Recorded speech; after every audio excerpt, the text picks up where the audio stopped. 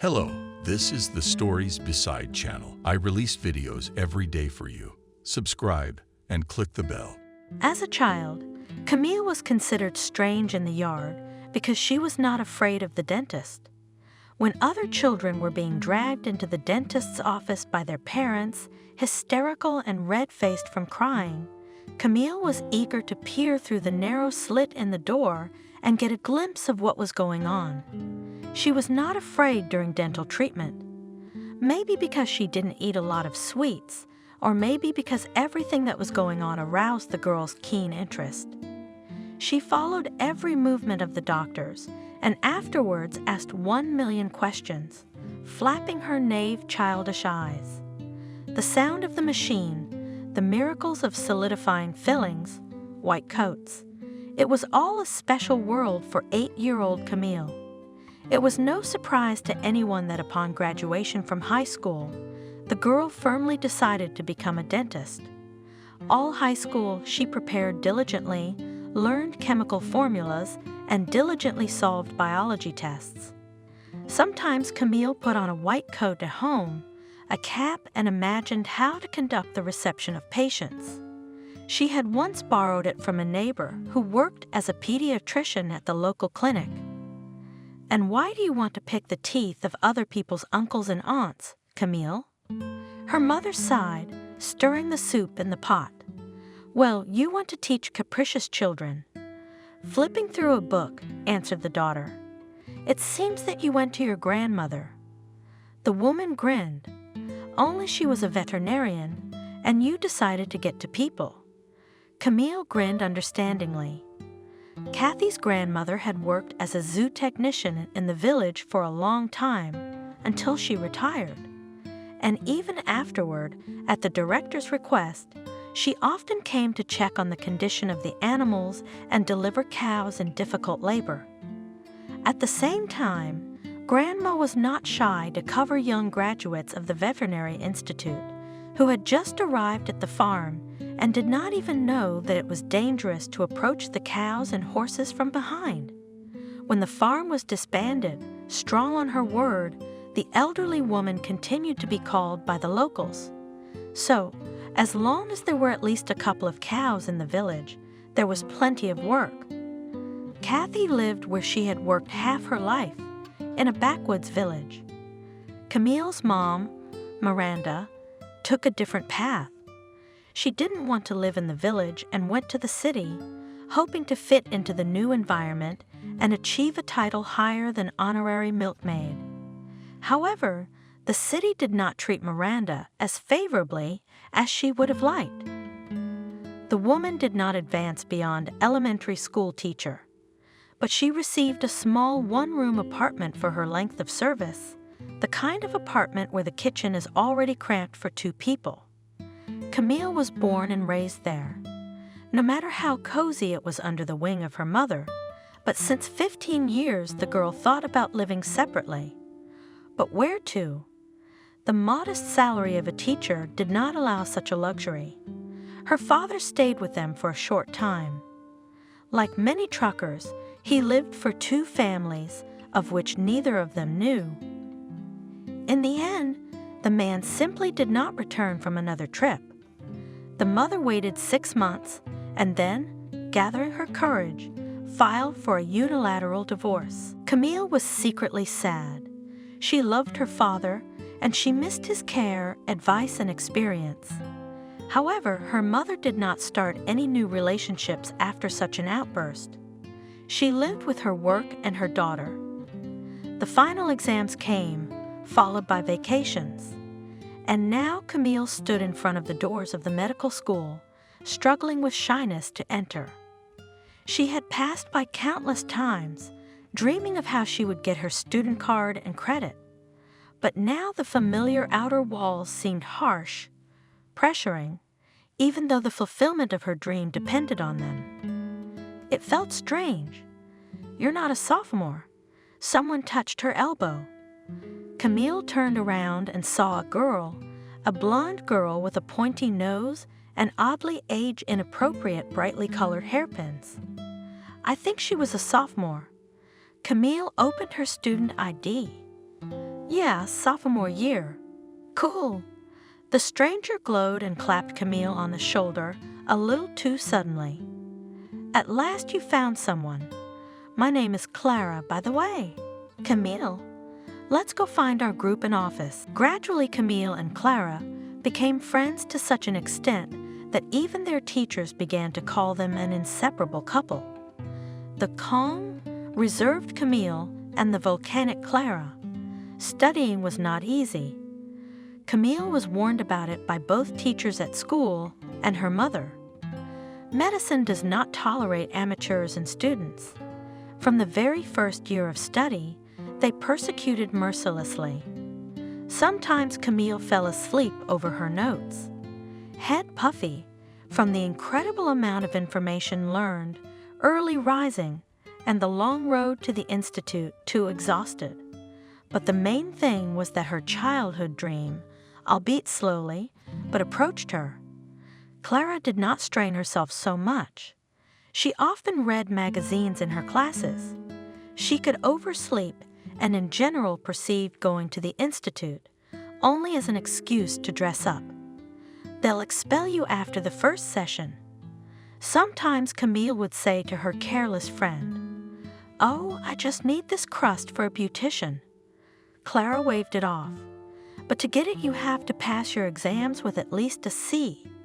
Camille stopped her. "I have enough knowledge for a C," confidently declared the village fashionista. In fact, Clara was not so lazy. She just had a different world view. Instead of studying every day, she preferred to stay up the night before the seminar to answer before forgetting what she had read. She took notes from her neighbors and used textbooks and manuals to prop up the wobbly table in her room. She was not a lazy Clara, and because she immediately began to look for some part-time jobs, or rather, they found it themselves, to hand out flyers at the dormitory or something to take somewhere for a small fee. So, by the end of the semester, she was invited to work evening shifts as a barista in a small coffee shop. She brewed coffee a little better than the cleaning lady, but she made eyes at all the visitors and smiled with 32 teeth. She left good tips, on which the girl bought cosmetics and new handbags. Rustic directness and simplicity pierced where the city was difficult. Clara was not afraid to look stupid, and it always played to her advantage. She had a goal, too, and the girl was going about it simply in her own way. Camille was always fun with Clara. She knew the latest gossip, had a lot of funny stories to tell. She could do her makeup in the bathroom before class. On one of the frosty days before the session, Camille stood at the bus stop in the morning, waiting for the bus, and a few other people crowded together with her. Time was running out, and the right bus was still missing. The grannies behind Camille were getting louder and louder. A man in an old-fashioned fur hat and a briefcase like an office worker finally couldn't stand it and asked the driver of the next bus where the number 14 had disappeared to. "They've all been written off." He shrugged indifferently. "Now you can only go to the center with transfers." Rumors that the bus would be liquidated had been circulating for a long time. But as it happens, everything happened at the most inopportune moment. The man in the fur hat cursed loudly, not embarrassing the passengers, and began to hurriedly call a cab. Camille realized that she would have to do the same in order not to be late. As luck would have it, the first class was a seminar with a very picky professor who wouldn't let latecomers in. To get to the institute, Camille gave away all her money, even scraped change from the farthest pockets. She ran into the auditorium a moment before the bell rang and, breathing loudly, flopped down on the bench next to Clara. "Where have you been?" "I was already thinking about how to get you out of school." She pounced on her friend with questions. "My bus doesn't run anymore," Camille complained, laying out her notebook. "I have no idea how to get there now. It's either a round trip across the city or a cab. So you move into my dorm. Clara's the one who yelled at me. 5 minutes and you're in school. Just remember to brush your teeth.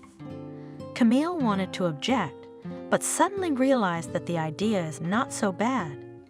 And if it was a choice between her getting up an hour earlier and an expensive cab, Clara and the hostel won either way. After all, she'd wanted to live on her own for a long time.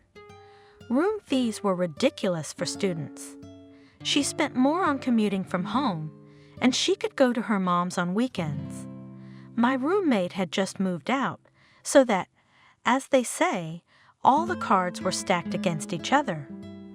Clara theatrically raised her hands to the ceiling. You'll write an application to the commandant, and they'll move you in quickly.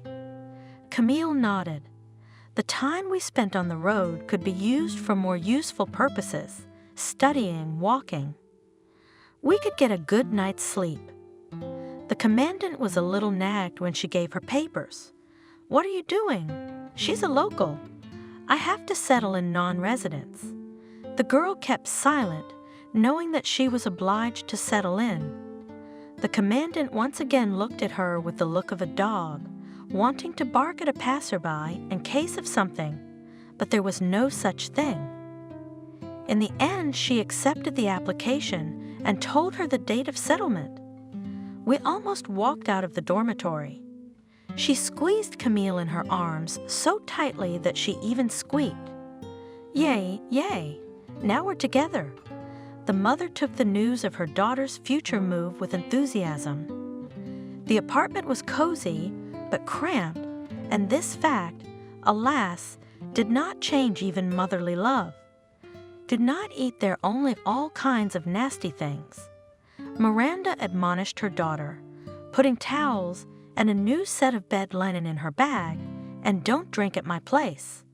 She expressively, but rather jokingly, threatened with her fist. Or this Clara, your friend, Wendy, will start to influence you badly. The woman continued, Mom, she's fine. Camille defended her friend.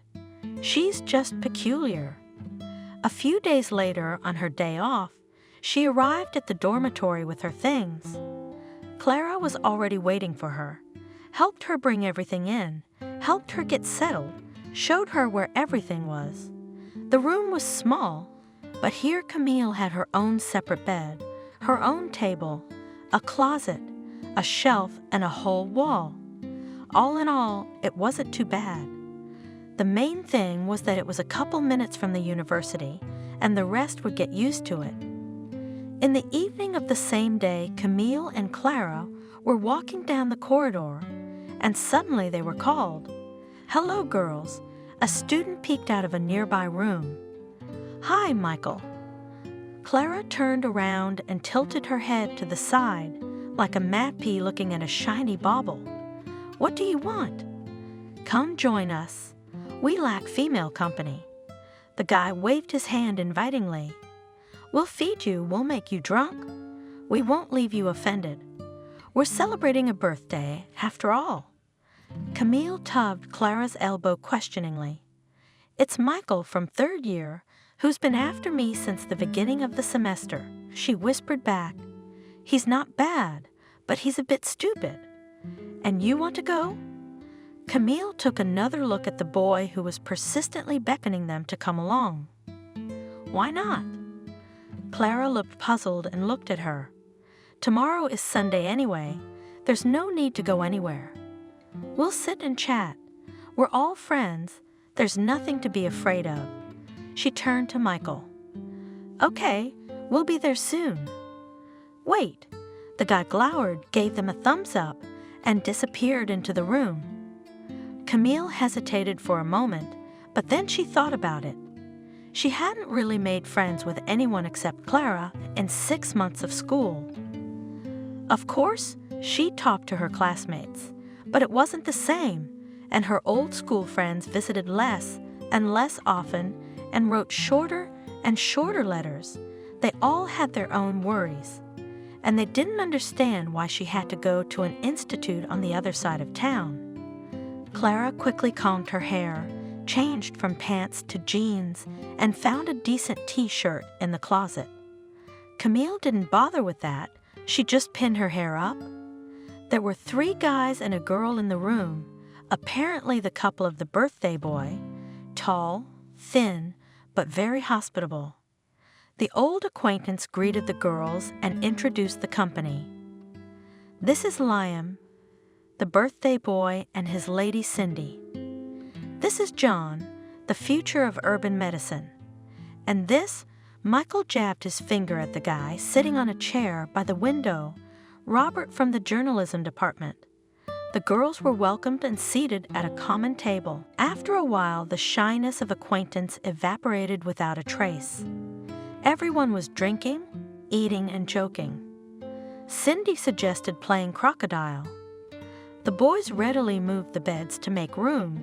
Camille stared blankly at all the new acquaintances. Michael was chatting with Clara, and it was obvious that he liked her. He was trying to lift her up, picking invisible crumbs off her shoulder, scratching the back of her head. Liam and Cindy had been together for a long time. It was evident in their communication and warmth toward each other. Camille even had a note of distant jealousy running through her mind. She'd dated a guy in high school, but he'd never treated her with the care and warmth these two had for each other.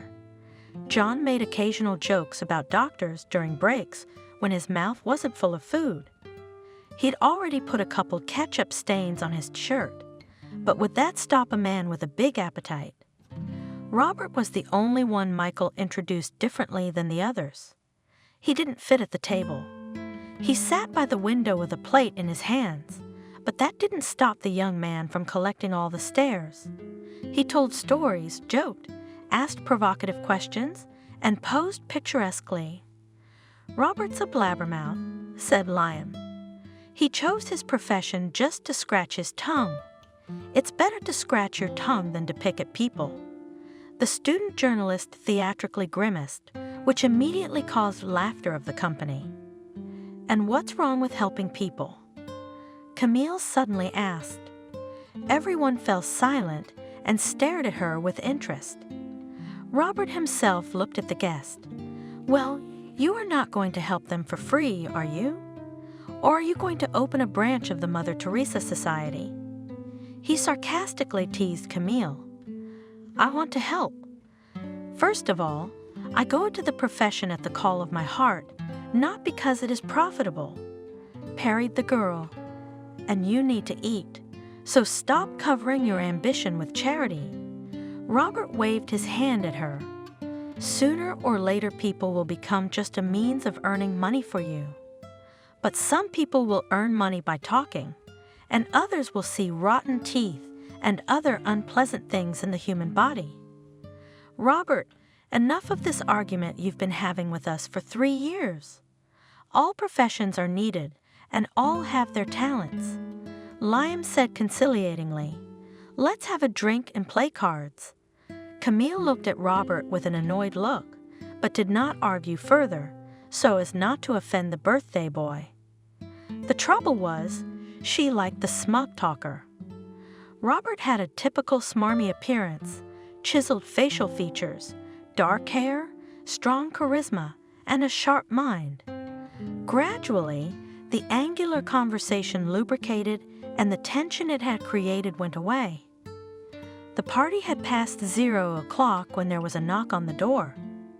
"Quiet," Liam hissed. "The commandant has arrived."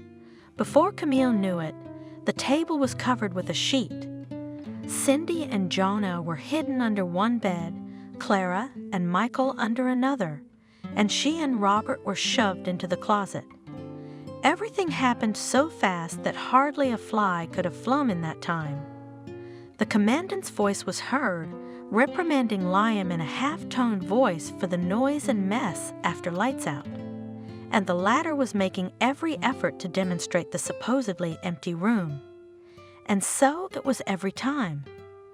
Robert sighed, Camille over his ear. "He's hiding us in closets, the idiot." The closet was cramped.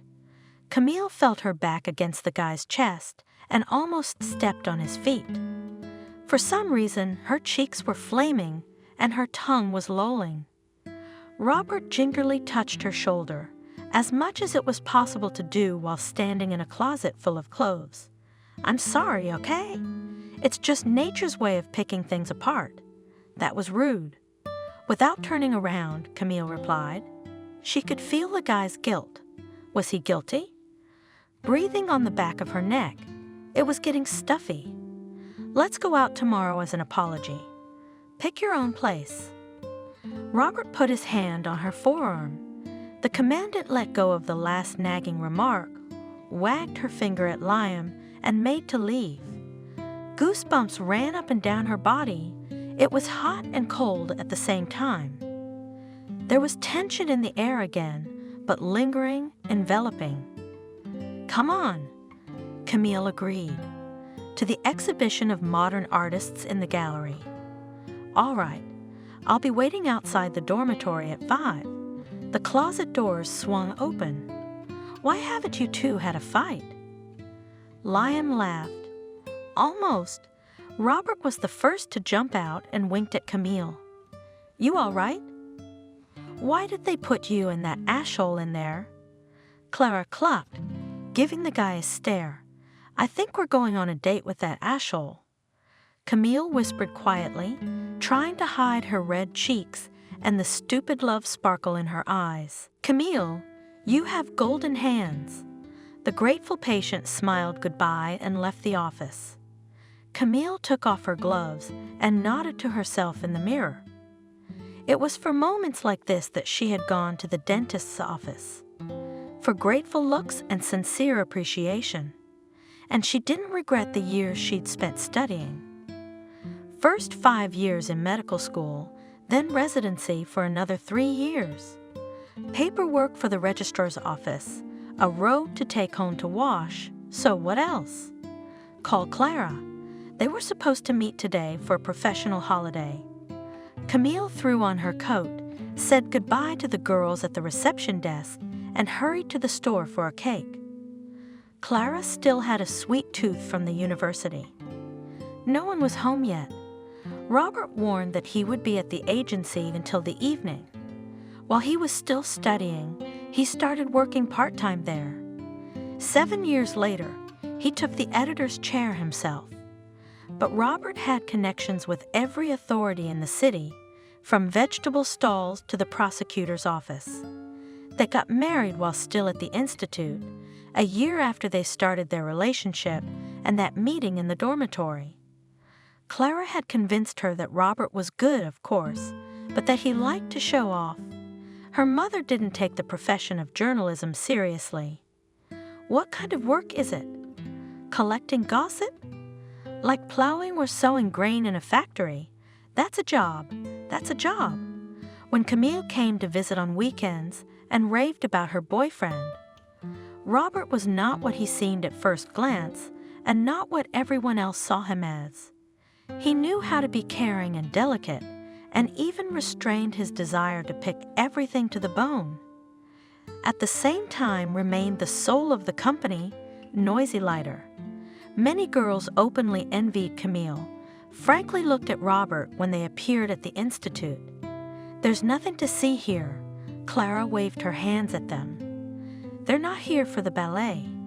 Although she was initially against the relationship between Camille and Robert, she soon became an ardent defender of their peace of mind and was even a bridesmaid at the wedding. Not without pride, informing the guests that without her the young people would not have met. It might have seemed that Clara had nothing better to do. But how wrong were those who thought so? Village fashionista had affairs with 2, 3 at a time, never bored in the evenings, sometimes choosing from several candidates, and was not shy to use her natural beauty. Those problems that she herself did not want to solve were solved by suitors. That's how she finished her studies, not really knowing what she was studying for. She got her medical degree as a working makeup artist. She didn't go to any residency program, and sat in a beauty studio, having mastered in addition to makeup and hair and other beauty procedures. From boredom or windiness, married and 6 months later divorced. A year more fluttered on dates and married again. Clara wasn't lazy. She was just lucky. And she was never shy about doing things that others disapproved of. That's why she won where others stopped. Camille sometimes thought that her road was straight and quiet, where you could see all the stops and bumps for miles ahead. Clara's road wiggled like a snake and went into potholes or under clouds. The important thing was that eventually, they both ended up with a destination. The tea was getting cold. Camille was already thinking of calling her friend, who was almost an hour late, when she heard a commotion in the entryway and a call. "Can you imagine the client was late?" She delayed me, and then the cab was still running. Clara started to get indignant. Camille just smiled. They hugged. It couldn't have been otherwise. Over the years, Slava had changed from a country girl with ambition into a cold city beauty. She cut her hair in a bob, always wore makeup and fashionably dressed, and she was more concerned with a new skirt and going for a massage than having groceries at home. "Oh, you're cooking, I see." Clara had barely made it into the kitchen and immediately stuck her nose into the pots on the stove and into the refrigerator. And borscht, and stuffed cabbage, and compote. Camille did not chase brands and hairstyles. She dressed minimalistically and simply. But she knew how to create coziness and keep up with everything. "William nags me for not cooking." Clara complained. Everyone has their own talents. Camille calmed her down by pouring tea. The friendly chat went on late into the night. It was always like this when they met. The cake was almost over and Camille was making coffee for the 3rd time. When Robert finally came home, the young editor was disheveled and twitchy. He came into the kitchen, said hello briefly, hugged his wife, and retired to his room, saying he had had a hard day. "Why is he so sour?" asked Clara, glancing at the man. "Tired, I guess." Camille shrugged her shoulders. "You can't force him to sit down at the table." Come on." Clara jumped up from her chair and reached for her friend's shoulder. "What is this?" She picked up a red hair with 2 long fingernails and showed it to the surprised Camille. "Ah," she mewed in surprise. "Maybe it was accidentally blown in?" "Yeah, say it was blown in by the wind." Clara stared at her with her hands at her sides. "I'm a friend of the men, know them like a peel. Came tired in other people's hair, just worked hard, poor guy." "What are you implying, that he?" Camille moved into the room. "I'm not implying anything yet, but I have the fact on my fingers." Clara shrugged her shoulders. "We need to watch him. Think of something strange going on." Camille thought for a moment. Her friend's suspicion had shifted the bricks of her inner fortress just a little, but it was enough to make the structure shake just a little. Robert replaced Camille, and the father she had been deprived of became both friend and husband at once. The first years they lived, soul to soul, understood each other without words, and as if the whole universe was formed in the merger of 2 dissimilar characters. Then they experienced several crises. Quarrels were like everyone else's, but they quickly became the past. The last year they lived a very measured relationship, but loaded professionally. Both worked hard to achieve their goals. Maybe they've been socializing less. "Is everything okay in bed?" She was interrogated by Clara. "Well, maybe because of the work we've been doing, we've been socializing a little less." "Yes," Camille agreed. "Why do you even bother? One hair and you're already panicking." "Hair is where it all starts."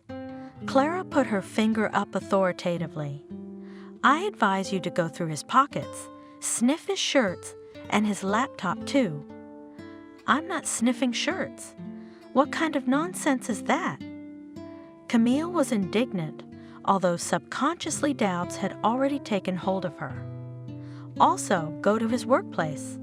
Maybe they've got a red-haired trainee there, Clara said in a conspiratorial whisper. They chatted for a while, and Clara went home. Oh, I almost forgot. My salon will celebrate the anniversary of the opening. Come with Robert. You're my regular. At the cafe next week, Friday. Well, come, of course. Camille nodded. Smell the shirts, though. Clara winked, sent a kiss, and disappeared into the elevator. Unwillingly, Camille began to look at her husband. Before Clara's words, she had never thought of accusing him of infidelity. Of course, that fact was vaguely believable, but still. One evening, Camille went through her husband's things. God, what am I doing? She asked herself when she actually sniffed the collar of Robert's favorite shirt. It didn't smell suspicious, and there was no hair either. Camille calmed down and put Clara's words out of her mind. Clara is Clara, and her Robert is not like that. She had long ago accepted his job and the need to socialize with a bunch of people in a day. Not many people her husband could have had a meeting with. That's ridiculous. Robert, we're all right, aren't we? Camille asked on the way to the cafe. She didn't know why she had asked. The inner turmoil hadn't completely gone away. Robert turned to her. Yes, why are you asking all of a sudden? Why am I asking? Camille wondered. You can't tell me you found a hair. Lately you've been at work. We don't talk much. She's stretched. But you know that I have a lot of things to do and responsibilities every day. Soon I'll take an assistant and relax a little. Robert smiled at her. Oh, here we are. Slaga was already waiting for them at the entrance, apparently tipsy and in full battle paint. She was friends with the owner of the salon and had even bought a small share of the business from her, so she could invite anyone to the party. Camille sometimes wondered where the careless Clara got the money for such a thing, but the mystery remained a mystery. The mini-corporate party was a lot of fun. The women's company was diluted by a few men. The owner's husband, a guy, a masseur, and the husbands of Camille and Clara. Camille, a friend's new husband, was hardly known to her. She had only seen him at the wedding and had little recollection of where he had come from. William looked frankly bored. Constantly attached to glasses with champagne, sighed and very sluggishly participated in the general celebration. The hostess raffled off certificates for free treatments among the guests. Camille successfully won one of them and hurried to please her husband, who went outside for a smoke. She jumped out of the door and looked around puzzled. Only Clara was outside, talking on the phone. Have you seen Robert? Her friend asked her. Clara put the phone away in her purse. Camille, while you were participating in the raffle, your husband poured wine on his pants and went to change. And we got a delivery of new manicure tables. They're idiots.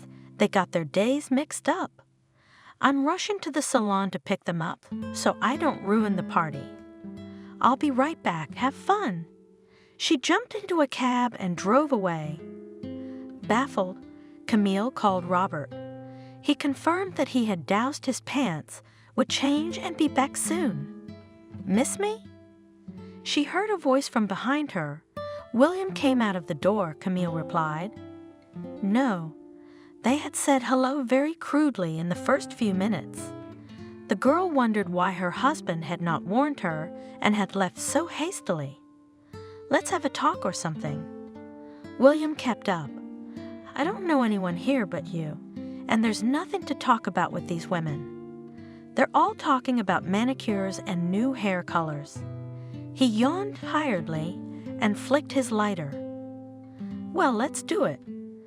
Camille agreed, realizing she was in a similar situation. William asked about work and his habits, his studies. only when he started to talk about himself. He complained about Clara, either explicitly or implicitly. Camille knew he was drunk, but for some reason she listened. She'd never talked to someone like that about her friend. It was as if she'd been given a glimpse into a secret suitcase. She cooks once a week, and then some crap that's impossible to eat. I'm used to home cooking. My mom was a cook all her life. William sighed. Here you work from morning till night. You want soup, cutlets, pies, and she buys salads or dumplings. Eat up, sweetheart. Ah, but she puts on makeup for 3 hours. Why did you get married then? Camille asked me carefully, changing to you.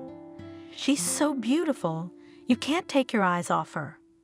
When I first saw her, I was blinded, but now I realize that you can't eat beauty alone. William finished smoking, moved closer and whispered, and I gave her money for a share in the salon, damn it. I thought at least she'd stop hanging around there herself and go home and earn an income. But she didn't. Camille suddenly felt sorry for William. She realized that his rose-colored glasses had shattered inside. On the one hand, he'd seen who he'd married. On the other hand, beauty always messes with a man's head. I would like a wife like you, Camille, calm, responsible, domestic, who is ready to bring up children, not to paint chickens in front of the mirror. Suddenly William said, looking into her eyes. Camille staggered back and pulled her fingers out of William's palm, which he had already managed to grasp. I don't think that's a good idea. The girl cut him off. It's high time we went back inside. She turned and walked quickly into the cafe. Her heart was pounding frantically. There was bewilderment and shame in her head, ticking behind her ears. Camille sat down in her seat at the table and poured half a glass of wine. Should she tell Clara what had happened?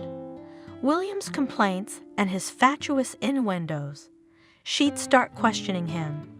They'd have a fight. They'll have to discuss it all again. No, let them deal with their own problems and with each other. Camille drank her drink in one gulp and reached for a sandwich. For some reason, she felt sick to her stomach. She wanted to hug Robert, but he had disappeared. She called. Her husband answered that he was almost there, but he was stuck in traffic. Finally, he entered the cafe wearing jeans and a t-shirt. About 10 minutes later, Clara burst in, out of breath, desperately arguing on the phone with someone. What idiots! This is not a company, it's a silent horror. Clara rumbled, sitting down on a chair next to them. Not only did they show up on the wrong day, but they almost hurt me. She pointed to a barely visible bruise on her elbow and an abrasion on her forearm. I'm sorry it took so long, Camille. Robert hugged her from behind. It's crazy driving in this traffic. Why didn't you warn me? Asked Camille.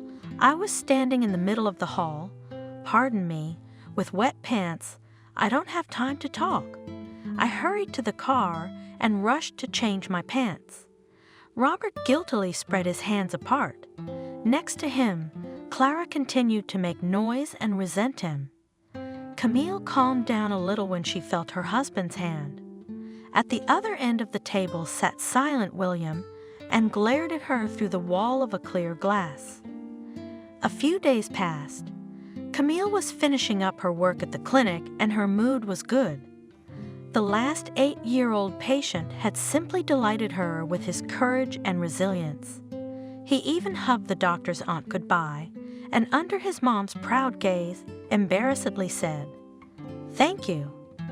Of course, Camille could not just let the little hero out of the office and handed him a new toothbrush, which was left by the brand representative for promotional purposes. The young doctor had already said goodbye to all her colleagues and was standing at the door when the phone in her pocket rang. "Camille, help me out." Clara's voice sounded in the receiver. Come model? My student and I need to practice, and the model is sick. Now, Camille was surprised. Yes, it's urgent. Clara begged. Okay, I'll be right there. She hung up. Camille often helped her friend out. It was not difficult and pleasant, because afterwards, she always came home with beautiful makeup and styling, and Clara's training was not disrupted. It took Camille about half an hour to get to the salon, and they were waiting for her. Seated in a chair and under the popular tracks of the radio air, Clara and her student began to work. The girlfriend was scattered in another gratitude and scolded the irresponsible student, a model who did not come. When the work was done and the student went home, Slaga offered Camille to stay and have a cup of coffee, and it turned out very well. Looking at the makeup, Clara said approvingly, "She's a smart girl, maybe something good will come out of her." Camille theatrically flapped her eyelashes, turned one side and then the other. At the same time, she caught a glimpse of the old manicure tables. Camille would not have confused them. She had been to Clara's office so many times that she had already memorized how the tables stood and on which one, how the light from the window fell. "Didn't you say your desks were going to be replaced?" She looked questioningly at her makeup artist friend. "Where are they?" "And they turned out to be defective. We sent them back." Waved her hand. "What, all at once?" Camille was puzzled. "Yes, they all have scratched countertops. I told you the movers were idiots, banging them against each other like crazy." Clara brushed the shadow off her friend's cheek with a brush. "They ruined our holiday and our nerves. Did they hit you with the tables too?" Camille nodded at the greenish bruise on the makeup artist's elbow. "Aha!" Clara didn't even look at her arm. "They opened the door as if it were their own house, and I was knocked for company." My friends had finished their coffee and had long ago switched to another topic when Clara, who was scrolling through the news feed on her phone, suddenly rushed in. "Camille, look." She shoved the phone with the photo open on the screen. The girl looked at the picture and was surprised. The photo was of the entire staff of the agency where Robert worked. The guys were holding some certificates in their hands. Apparently, another award from the big shots. But another thing was interesting. Next to Robert stood a young red-headed girl. "Aha!" shouted Clara triumphantly. "I told you so. I told you so. I told you so." Camille said, looking at the photograph. She felt sick to her stomach. The nasty feeling from the conversation with William and the running around at home, from the discovery of the red hair, came back again. "It's all right, Camille. We'll expose him." Clara clenched her manicured fingers into a fist. "If anything, you'll be the first to file for divorce." "What divorce, Clara?" Camille jumped up, her cheeks flaming. "It's not clear yet. It's clear as day, dear friend." She folded her arms authoritatively across her chest. "Your Robert's gone rogue. We gotta go in there and rip that redhead's hair out." "Okay." Camille put her hands on her temples. "I don't believe this nonsense." "Okay," agreed Clara. "Watch him very carefully this week. Men are always wrong about little things." "I will." Camille nodded. She wanted to hint at William's behavior, but didn't. Offense could make a mess of things. Besides, Clara was just drawing her own conclusions, a little obsessive, but for now there was no one to take offense at, and nothing to take offense for. Robert was behaving normally. Camille, attuned to Clara's confidence, began to covertly follow her husband, something she usually never did. Until that day, Camille had thought that there was no point in restricting her partner's freedom, forbidding something, scandals, or jealousy scenes. She had realized this when she was still a student, although she loved Robert very much. She admired him as a man, as a human being. The more controlling, the more likely the opposite effect. And to arrange emotional swings with a choleric sanguine like her husband is a noisy and dangerous task. Scenes and emotions to him enough at work, at home wanted peace. He said so himself. During the day, the young editor, like a chameleon, adjusted to anyone who got to his office, and in the evening at home, wanted to be himself. Feeling like a failing schoolgirl, Camille rummaged through her husband's backpack, his notebook while he was in the shower. On the pages of the notebook, she found a list of phone numbers and women's names. In his jacket pocket, a strange pink-colored pen. Her heart pounded loudly, thudding in her ears as if it had been covered with a bucket. "Camille, what are you doing?" Robert stood in the doorway, looking at his wife in amazement. The girl froze with the evidence in her hands. "Are you accusing me of something?" The man folded his arms across his chest. "What is it?" Camille jabbed her finger at the list of numbers. "These are the candidates for the assistant position." The husband shrugged indifferently. "I interviewed them last week and put them all here." "Why? Did you use this?" Camille waved a pink, girlish pen in the air. "First my own, then I ran out of paste, and Kelly lent me her writing utensils. What's the problem? Why are you going through my stuff?" Robert glanced around at the slight mess on the desk. Nostrils dilating, Camille felt like a fool. She replied something, and under her nose, she slipped the notebook and pen to her husband and went into the kitchen. His explanations were very convincing, but the worm of paranoia continued to gnaw its way through her thoughts. Camille crushed her whiskey with her hands and sat down at the table in the kitchen. She grabbed her phone and texted Clara about what had happened. The makeup artist didn't believe her friend's husband's excuses and offered to follow up with him to be sure. Camille looked at her schedule, figured something out, and texted back, "Go ahead." Camille went to bed late. Robert was already on his 10th dream when she finally settled down.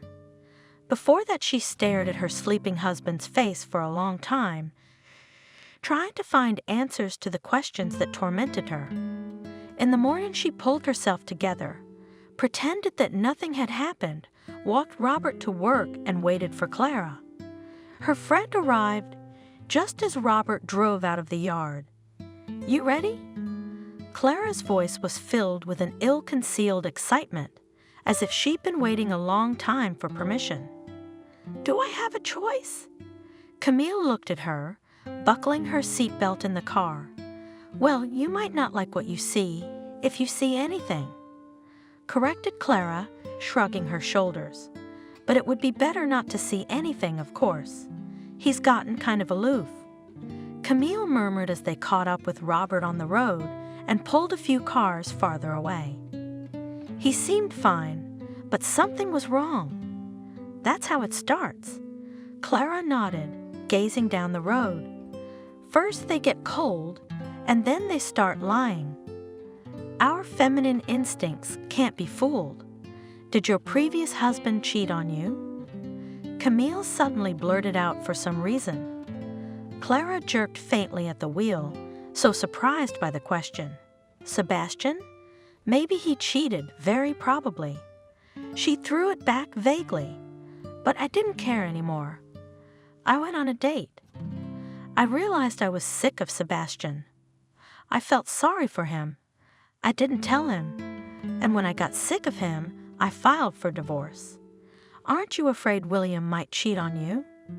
Camille could barely contain her impulse to spill the truth. William? Please. Clara waved her hand and instantly relaxed. He's head over heels in love with me, like a doggy waiting for me at all times. Is so in love, she muttered under her breath, so that Clara wouldn't hear. They pulled into the parking lot near Robert's work. His car was already there. It was going to be a long ambush. Slava promptly ran to the nearest stall for coffee and buns. It took until lunchtime to doze off in the car. Slava nudged Camille in the shoulder as Robert came out of the agency together with the red-haired girl from the photo. They got into the car and got ready to drive out. "Let's go, lovebirds. We'll get them now," Clara muttered excitedly, twisting the steering wheel. Camille watched her husband's car with bated breath. She recognized the girl from the photo. Robert had said it was his assistant, but was it just that? The answer to that question loomed somewhere on the horizon. The editor and her companion made a trip to the city utility office and the stationery store. On the whole, there were no provocative moments except for the opening of the door. The girl carried a folder with documents, sometimes asking Robert something or answering the phone. He himself almost never took his eyes off the phone, even while driving. "Yeah, does he hold the door for you?" Clara was smarting when she noticed a gesture of kindness from her friend's husband.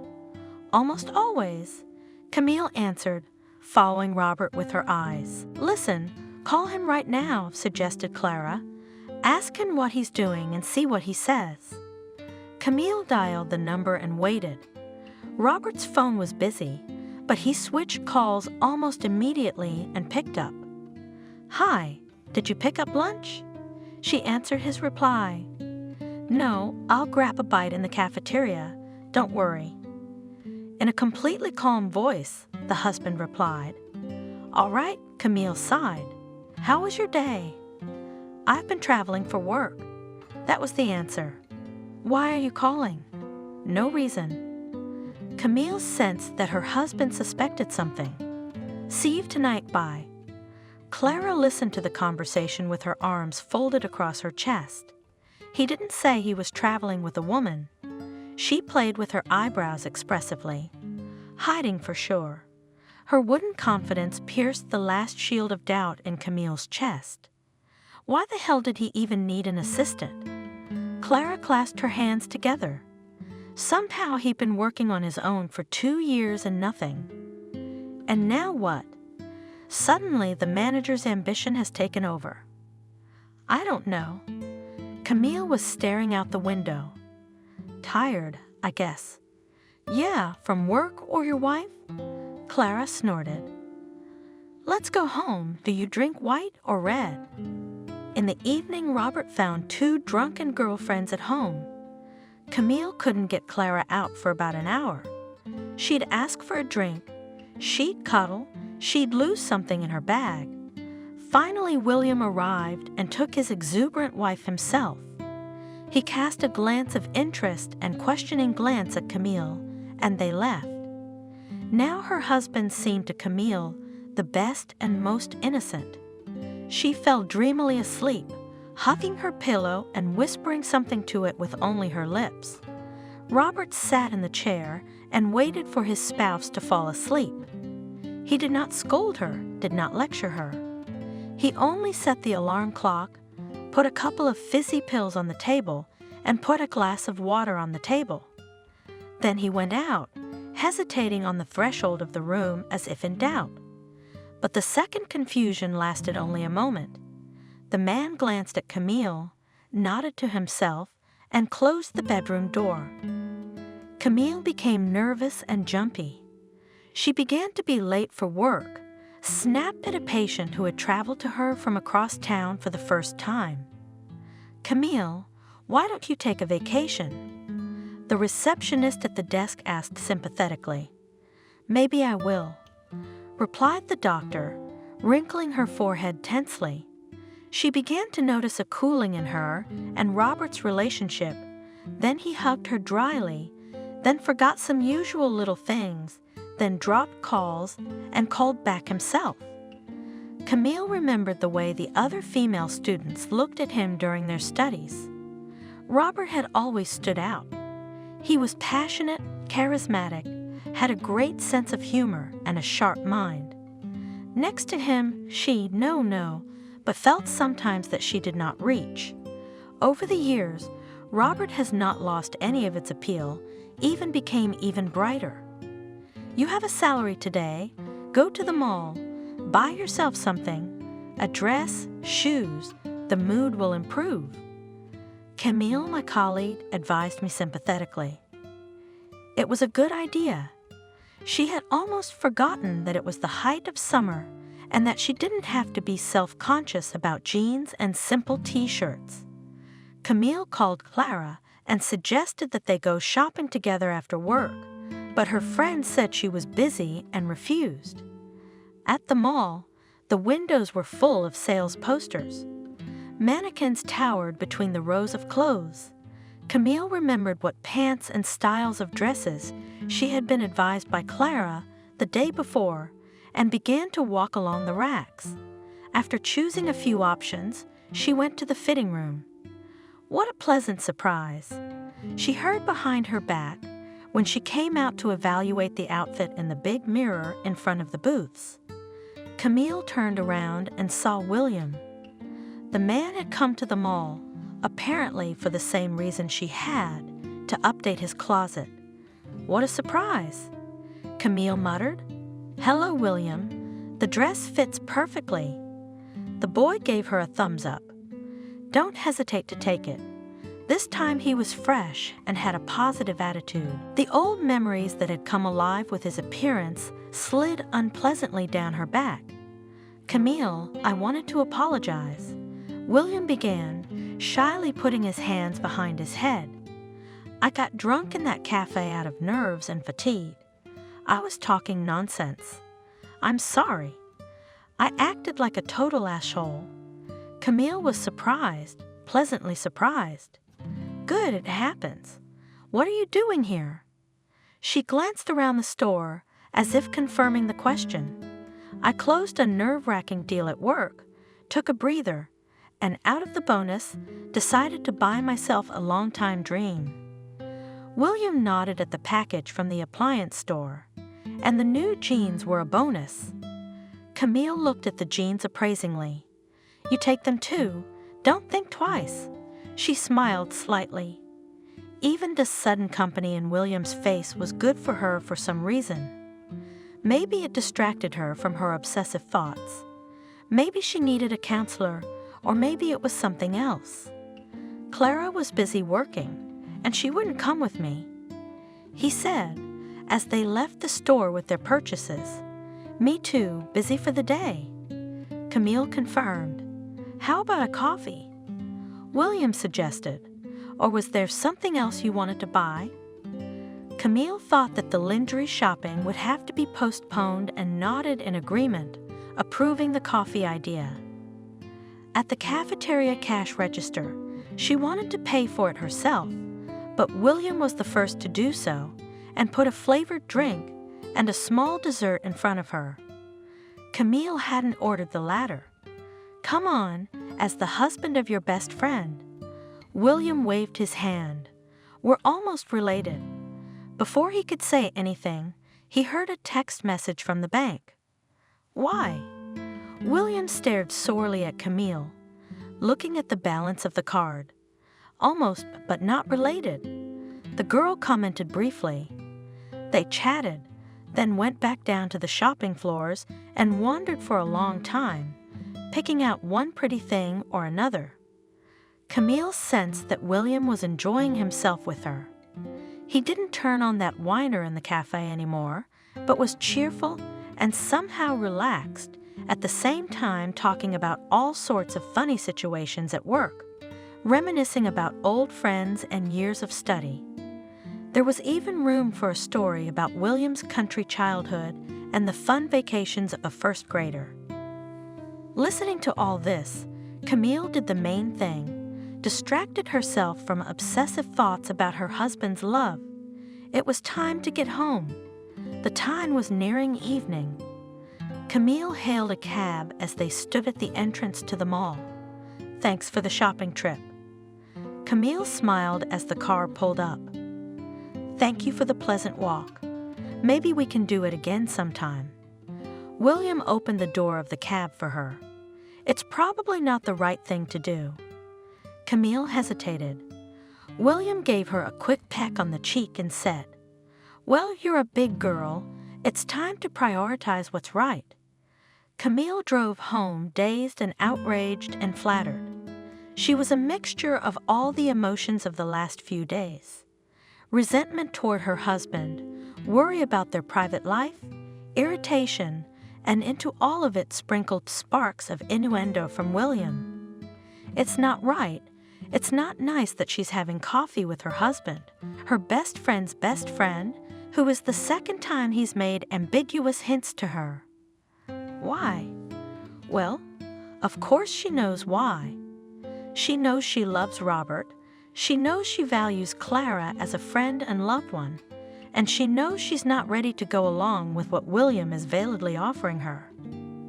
Everything is obvious and simple.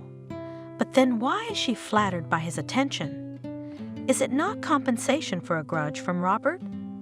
How long had it been since he'd spent with her? Almost half of his day off. The more Camille thought about it, the more the questions became, leading her into the wilderness or to an unpleasant crossroads.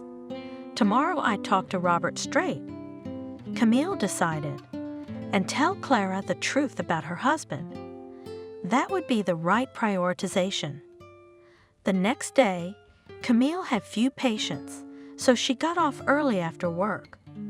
On the way, she received a call from a nervous Robert, who asked her to bring her work phone, which she had forgotten at home. On the way, she thought about the best words to say to her friend and her husband. She decided to start with the first one. She dialed Clara's number and proposed to meet in the evening. The makeup artist happily said in the phone about her agreement and even asked if it was worth dressing up. "No, we'll just sit around," followed by a reply. Entering the apartment, Camille heard the trills of Robert's work phone. She picked it up from the mirror in the hallway and glanced at the screen. There were about 10 missed calls, and she was about to get into a cab when a message sent at about 1 o'clock in the morning caught her eye. "Missed you, my affectionate boss. Looking forward to tomorrow." Camille felt like she'd been splashed with cold water. Here it is. Her suspicions, here in her hands on her husband's phone screen. Tears came to her eyes. Her nose pinched and her throat was filled with rage and jealousy. Camille caught her own gaze in the rearview mirror and was stunned. She was looking at an angry and deceived woman, hungry for revenge and justice. All plans to talk to her husband were forgotten in a moment. "Warden, then," Camille hissed, clutching the phone so that it almost cracked. The cab driver involuntarily glanced at the passenger. He sensed with his spinal cord that something wrong was going on behind him. The only thing the girl managed to do before jealousy finally drowned her in its cauldron was to write down the number from which the text message had been sent. Camille burst into the agency office with flaming cheeks. The staff said hello to her, but the girl didn't hear. She yanked Robert's office door open to the astonished stares, but it wouldn't budge. "Robert's at lunch." A fellow journalism intern shyly spoke up, emerging from the right. He was the first to catch Camille's furious gaze. "We'll wait for him here." Camille glanced angrily at the empty chair of the assistant next to the office and sat down in her chair, tapping her fingers on the tabletop expectantly. The whole office stared at her with a mixture of fear and bewilderment. Someone had apparently called Robert on the sly, and he came rushing in a couple minutes later. "Did you have a good meal, sweetheart?" Camille got up from her chair and angrily shoved his nose, the phone screen texting. At the same time, she glared angrily at Kelly, who was standing in the doorway behind the chief with a stack of papers. Camille? The girl felt that her claims were being ignored, that everyone was laughing at her in a voice that was not embarrassed. Why? Why did it say the word supervisor? She threw it at Robert's back, grabbing the doorknob. "I have no idea," as if there weren't enough bosses in town. Without turning around, Robert replied. Camille stepped out of her husband's office, and a dozen prying eyes stared at her. She walked briskly down the hallway without looking at anyone, and on her way out of the building she saw Kelly standing by the parking lot. She was being hugged and apparently comforted by some guy. Camille froze for a moment, and then shame came over her in a wave that burned her from the inside out. Tears held back, hers for so long, tore down the barrier and dripped from her eyes. Nothing. Clara counted the drops of valerian. Men, they are so dodgy, cunning, but you don't need to cry over it. Appreciate your dignity. She handed Camille, who was shaking, a glass of water and a sedative. Clara came as soon as she heard her friend's unintelligible voice mixed with crying. Clara, I've embarrassed him. The girl took the glass with a shaking hand. And him and me. I'm anticipating a story on their website. The editor's crazy wife bursts into the office. God, what a shame. Camille was in tears again. She hadn't been able to calm down for about an hour. Well, Clara sighed. At least you'll be remembered. And why would you go there in the first place? I'm such an idiot. Camille bumped into her friend's shoulder.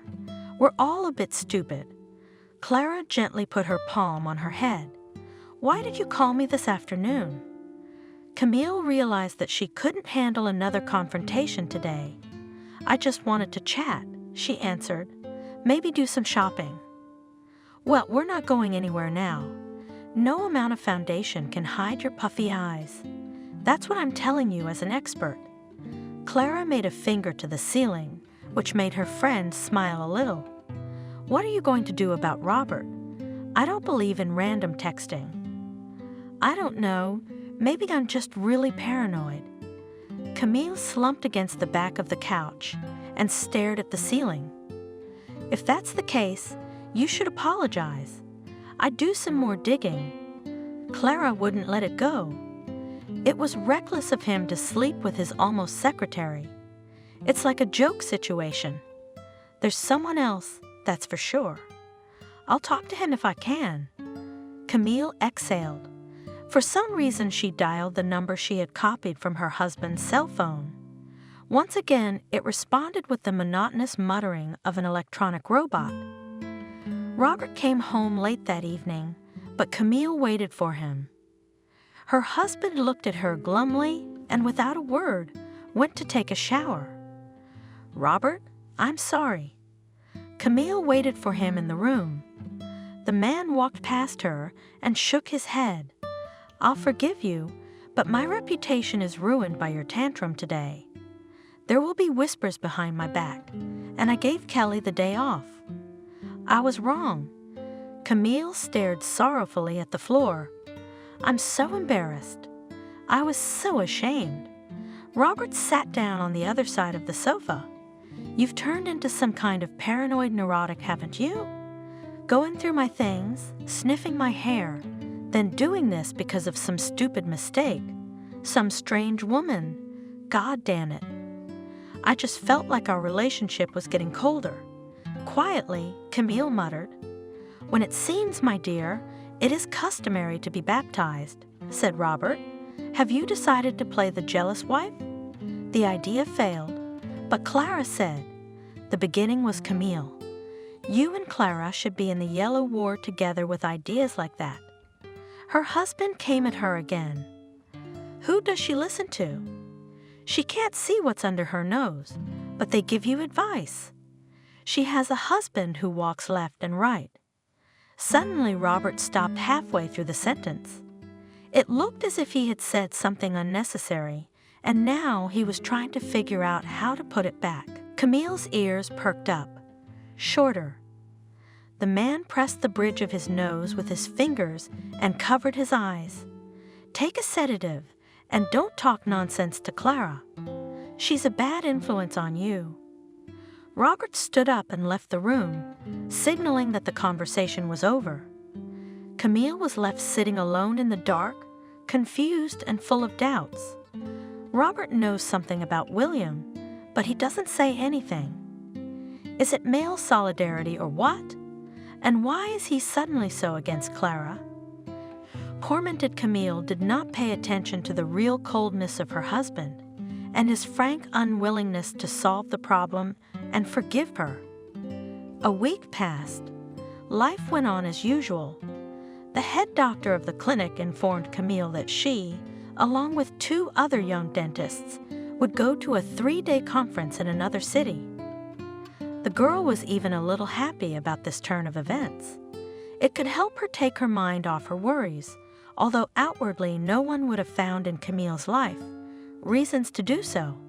Her husband was friendly to her. Clara still called and chattered like a magpie about everything. The patients didn't diminish, but behind the outer mask of normality, there was the affable coldness of her husband, a girlfriend drowned in rhinestones, and a job that suddenly became exhausting and drained all her energy. Camille could never find the strength to talk to her friend about her husband. She had no proof on her hands except her own words. No enough suspicions, she would have to get her family in order first. Robert agreed that the trip would be good for his wife and even bought her a train ticket. You'll listen to smart uncles and aunts, you'll go for a walk and put all the nonsense out of your head. He admonished Camille as she packed her traveling bag. The train was tapping its wheels. The girl rarely rode trains, and every time she did it was a bit of a gimmick. Colleagues were arguing animatedly nearby. Robert may be right. I'm being paranoid. He and I have been together since we were 18, and there has never been any occasion. Thought Camille, looking out the window at the passing station, Christmas trees. How many people preyed on him at university? I didn't really care at the time. Well, almost. Yes, it's all about panicking yourself and others. Whether it was the monotonous chug-chug that chased away the bad thoughts or the atmosphere of the trip, Camille was in a pleasant mood. She put her head down on the iron and freshly laundered linen. I'll come back and we'll definitely go to my grandmother's house in the country. Camille decided and closed her eyes.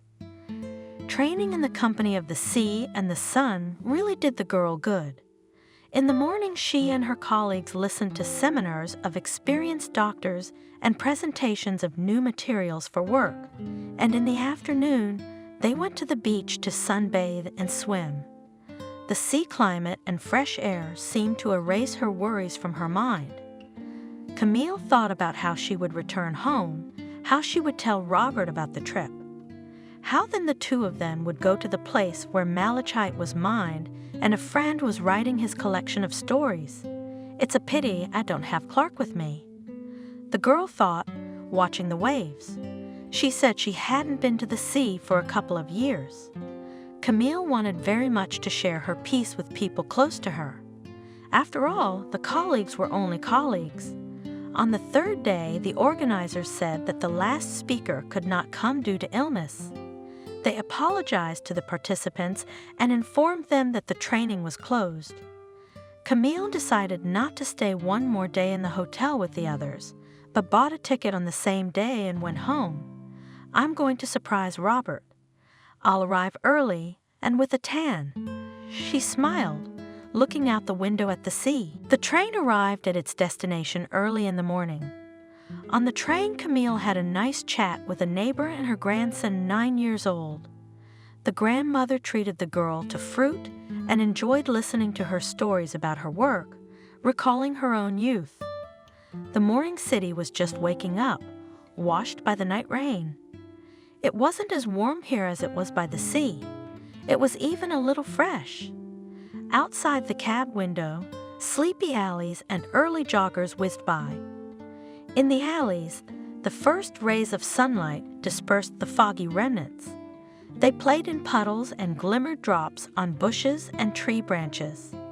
The cab driver helped her unload her bag, wished her a good day, and drove off to his new passengers. Camille thought about how she would go up to the apartment, go in quietly, and lie down in bed with a sleeping Robert.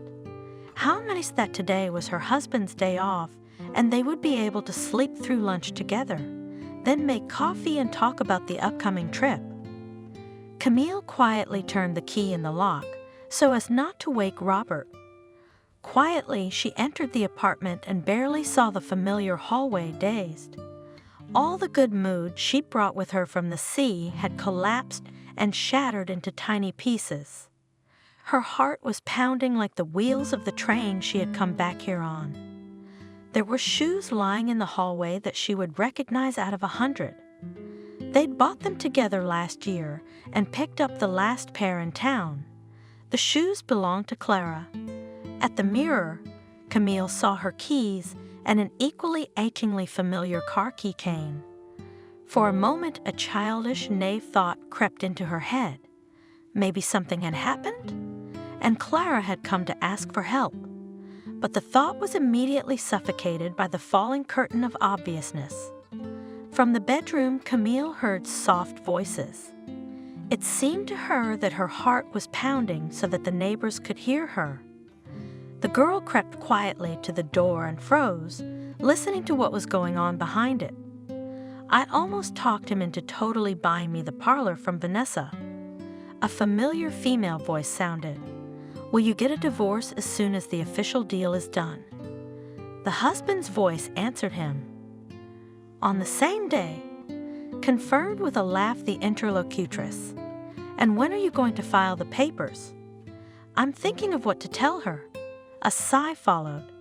The idea of a fake affair had failed. Failed because someone forgot their cell phone at home. A woman's voice interrupted. I've been working her as hard as I can. A little more, and she would have filed for divorce herself. We would have gotten away with it. And now you have to either talk head on or think of something else. It's a shame to go head on. Followed the answer after a short pause. I don't like her as a woman, but I pity her as a person. And the show is not pitiful. A female voice smirked. I choose the lesser of two zones. The male voice grinned. Camille clamped her hands over her mouth and felt the corners of her eyes grow wet. A wave of cold rushed up her back, her cheeks felt hot, and her throat felt like it was being squeezed in the grip of an invisible hand. The realization fell in pieces, and each one was worse than the last. It stung, eating away at everything good inside, like acid. Robert, you and I tried it back in college, but you were too right then, and I was too stupid. But if it had worked then, Clara's voice was quiet, but creeping. There might not have been those long years, with the bore and the dentist. My husband might not be here, and things would be easier now, and we'd be living somewhere abroad by now. If everything works out, that's what will happen. Robert confirmed. We'll manage remotely, you the salon and me the agency. Camille felt the tears soaking her shirt and imprinting hot drops on her chest. We'll be gone, and maybe they'll get something with William. A chuckle came from behind the door. I could see him looking at her. Good for Camille. She likes dumplings and soup and watching soap operas at night. She's always been a little short of you. She loves her work and doesn't like herself very much, said Robert. We live like neighbors. I'm tired of the home girl who always has everything according to plan. I feel like an old man. Next to her, I want something else. I know what you want, Robert, she whispered. Further in the room, there was a commotion. Camille sat against the wall outside the door, shaking with shame, pity, disgust, resentment, and betrayal of the two people she thought closest to her after her mother. The last bit of realization poured out. The cup had emptied. The cold hands of reality finally closed around her throat. She jumped up and flung herself out of the apartment in what she was wearing. The street morning, Camille ran and ran, away from the shame and embarrassment she had lived in for so many years. She was disgusted with her own existence. She wanted to forget herself, to erase her memory. She wanted to go back 10 years, to pull her hand out of Clara's fingers, to send the smug asshole in the dormitory. Each year that passed was like whipping her in the back with a rod, leaving deep wounds and setting up the pain to roll in harder and harder. Tears covered her eyes. Everything was cloudy, barely recognizable. She stopped, breathed, and ran again. Passers-by shouted at her, but Camille did not hear, did not see. She wanted to hide from this vile feeling from herself. Girl, look out!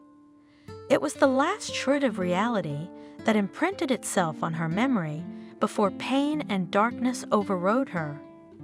The peaceful sounds of Ply snapped Camille out of oblivion.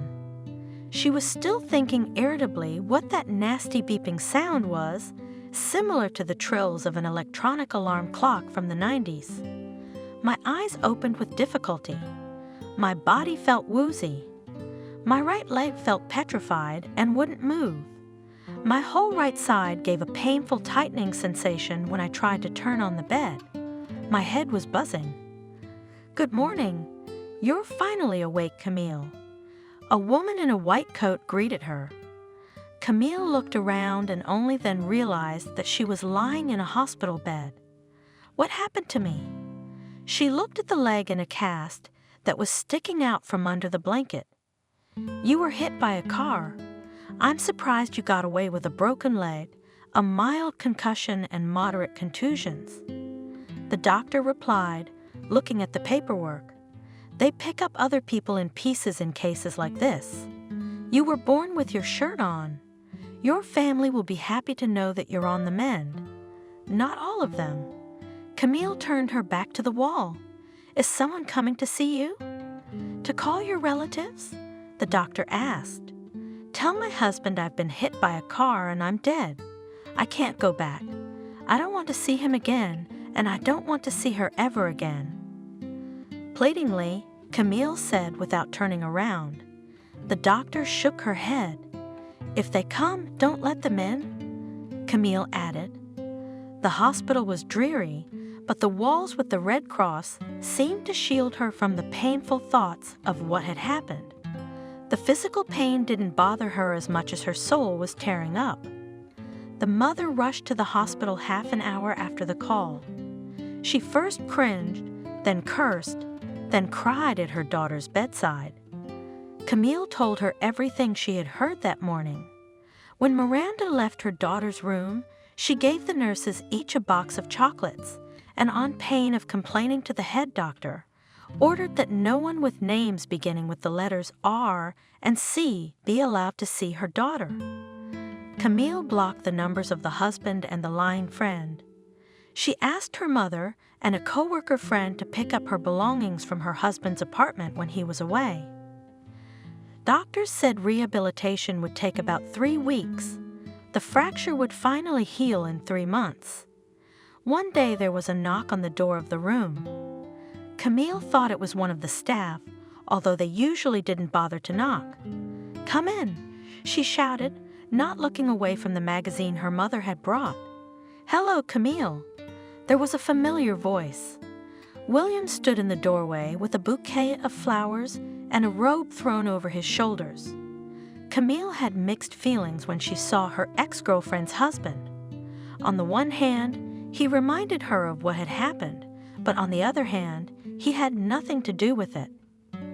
"You have no idea how hard I worked to get here," the man complained, sitting down on the edge of the bed.